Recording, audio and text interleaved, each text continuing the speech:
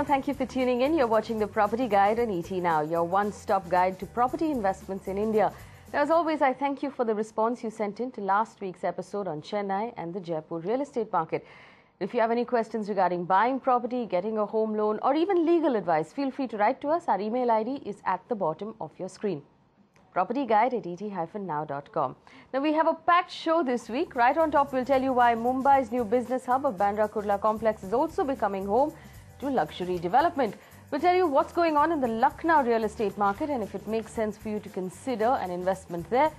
And our experts discuss investment options in Bangalore and the Kolkata market.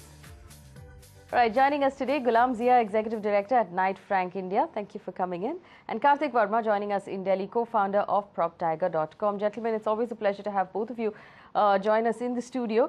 Now, this week, we're going to take a look at Mumbai's thriving business hub of Bandra Kurla complex. Now, there's been a lot of growth in commercial activity, and as a result, we've seen a fair amount of residential property come up as well. There are quite a few of launches, and most of them seem to be in the luxury segment. Let's take a look at the price trends in the BKC location, and we'll come back and talk about it. In a bid to decongest the existing business hub of Nariman Point, the MMRDA created a new commercial growth centre, the Bandra Kurla complex. 4 decades ago, 370 hectares of marshy land were developed to build a new business district. Today, BKC is home to a host of private and government offices, providing over 2 lakh jobs with potential to absorb further growth. Well, the original plan earmarked a very limited portion of land for residential development, but with most senior-level business executives preferring to stay close to their workspaces, the financial hub is now witnessing a spurt of premium residential projects. According to PropTiger.com, home prices in BKC have risen 25% in the last 2 years and are currently trading at an average of 39,601 rupees a square foot. All right, so that was BKC. Ghulam, first tell me this, automatically as soon as there's this much leasing of commercial space and office space, there will be a demand for residential space in that area as well. Tell us what sort of demand you foresee for BKC in maybe the year to come or the next 2 years. BKC itself had a problem because it was actually planned as more of a business district. So those 2 or 3 of these residential plots have been exception, but except for that, the developments have to come around BKC, and that's what is happening right now. Your point is that this development is coming up more in luxury segment, obviously because the land there is very costly, and because of last so many years nothing has happened in this vicinity. So obviously we will first attack where the returns are maximum, which is obviously high-end luxury development.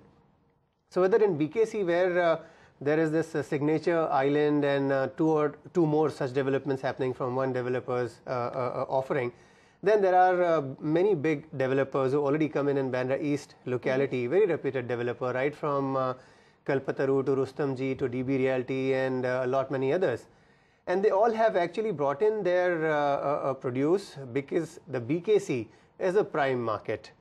And the price segment, since we're talking about it, the extreme high end is 40 to 45,000 rupees a square foot is the range for the properties in BKC, whereas the fringe areas are now trading between say 24,000 rupees a square foot for newly launched developments to the established good developments of say Kalpatarus or Rustomjees, etc., reaching 35,000 rupees a square foot. Those are the fringe locations of BKC.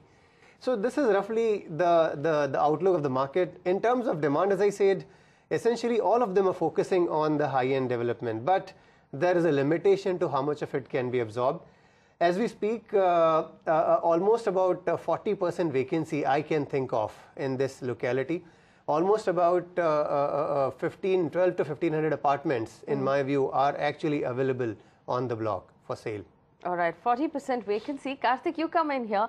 Tell us, for someone who's looking to buy in BKC, whether they're buying it as an investment or they're buying it as an end user, in that bracket, is there room for negotiation with these builders in BKC if we're talking about a 40% vacancy?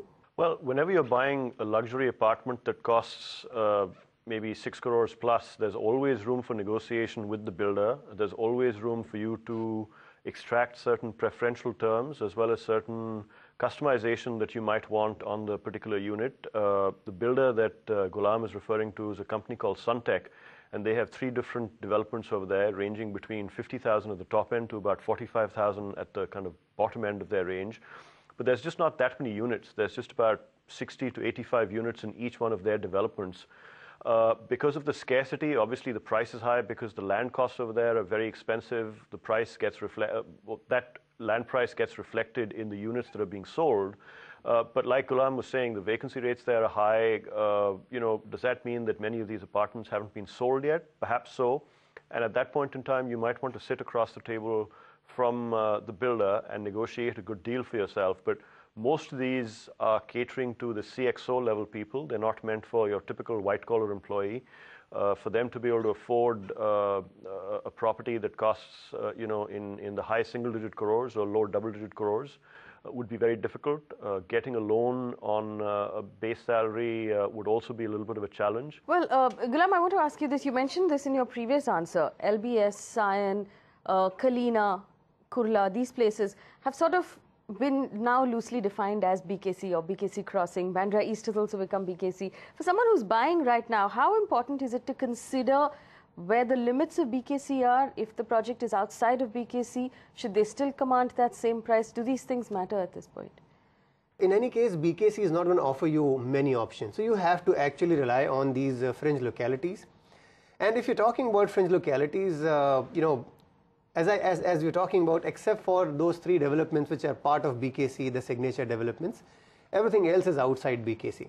But does it really matter? I really doubt, because it's only like crossing a particular road, going from one end of that road to the other, and getting into non-BKC area where your developments are today happening, and the property prices are perhaps, if I compare it with those 2 or 3 projects of BKC, will be at least 20-25% cheaper than what you have in BKC. So this area has actually improved on residential desirability scale.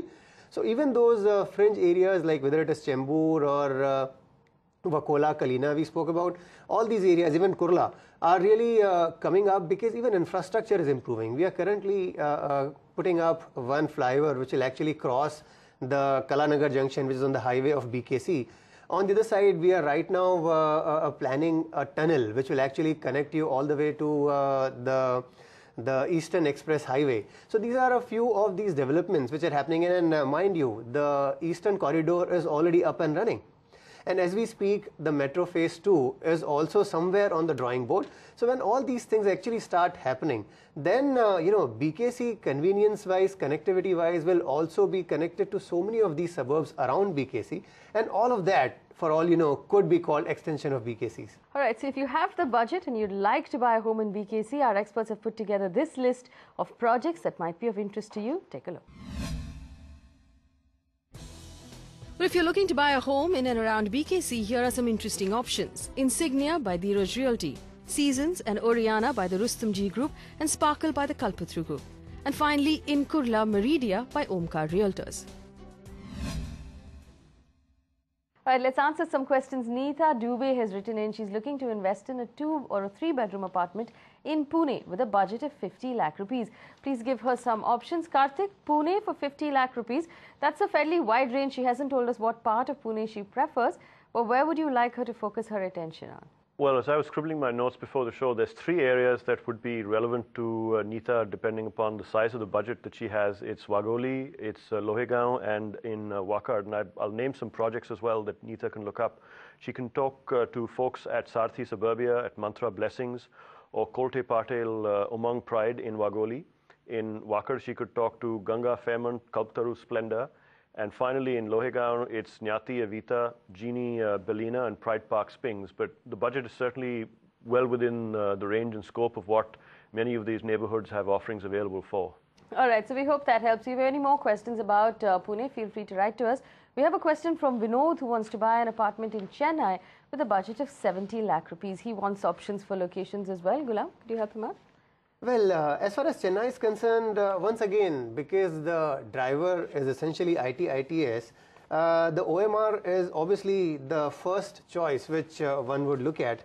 And once again, in terms of budget that we're talking about, this whole stretch has got so many of these locations, right from going ahead of Perungudi all the way to Kalapakkam, the entire stretch. There are so many of these locations which you can pick up.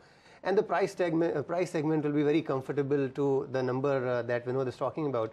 So that is one on even East Coast Road, or even going up to Sriperumbudur Highway.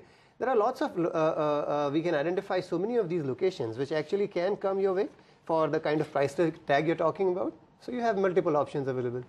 Karthik, Sriperumbudur Highway and ECR in Chennai, are those the options? Among the new launches that you're seeing, or maybe closer to possession at this point, what would be an ideal buy for someone like Vinod in Chennai? Well, it depends upon, whether he's looking at it from an investment purpose or if he's looking to move in quite immediately. The budget is certainly very commensurate with what the going rates are, and like Ghulam mentioned, it's a big IT hub in India, so there's a lot of growth going forward. To Ghulam's point about OMR, I'd probably add GST as well, and I've scribbled a few names right now. You could look at the two different Mahindra projects that are there, Lifescapes Nova and Iris Court, both on GST. And on OMR, you could look at a couple of the projects that Hiranandani has, Hiranandani Tiana, Loftline, and Olympia sequel. TVH Aura is also available over there. So these are 4 or 5 different projects that Vinod can look at, both on the OMR and on the GST. All right. Any more questions? Write to us. Email ID is at the bottom of your screen. We'll take a quick break. When we come back, we'll talk about the Lucknow real estate market and find out if it's worth an investment from you. Don't go anywhere.